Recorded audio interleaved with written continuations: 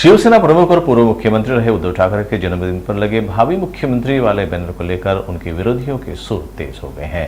Bharatiya Janata party के बाद शिंदे गुट ने इसकी जमकर आलोचना की।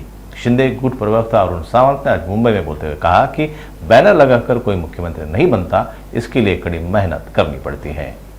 उद्धव ठाकरेजी यांचा वाढदिवस आहे, त्याबद्दल त्यांना शुभेच्छा। परंतु संजय राऊत जे काही म्हणत आहेत की जनभावना आहे म्हणून सांगली, कोल्हापूर आणि संपूर्ण महाराष्ट्रभर उद्धव ठाकरेजी हे भावी मुख्यमंत्री आहेत असे बॅनर लागलेले आहेत। आता चंद्रहार पाटील या पैलवानाने म्हणे हे बॅनर सांगली आणि कोल्हापूरमध्ये लावले, परंतु त्याकरिता जनतेमध्ये मिसळावं लागतं, काम करावं लागतं।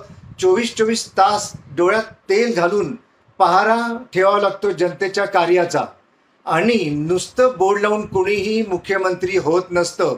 सध्या तर शरद पवारजी यांचा तीव्र विरोध आहे उद्धव ठाकरे यांच्या नावाला, आणि जर उद्धव ठाकरे हे जे मुख्यमंत्री असतील भावी, तर मग काँग्रेस काय करणार आहे?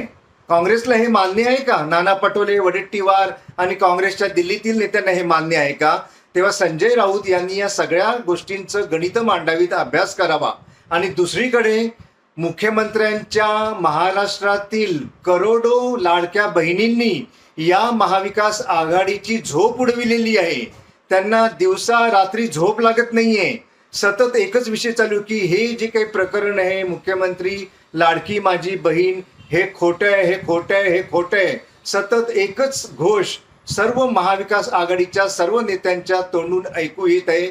म्हणजेच काय, तर यांचं पुढचं गणित काही नक्की नाहीये। पुनश्च एकदा महायुतीचंच सरकार येत आहे।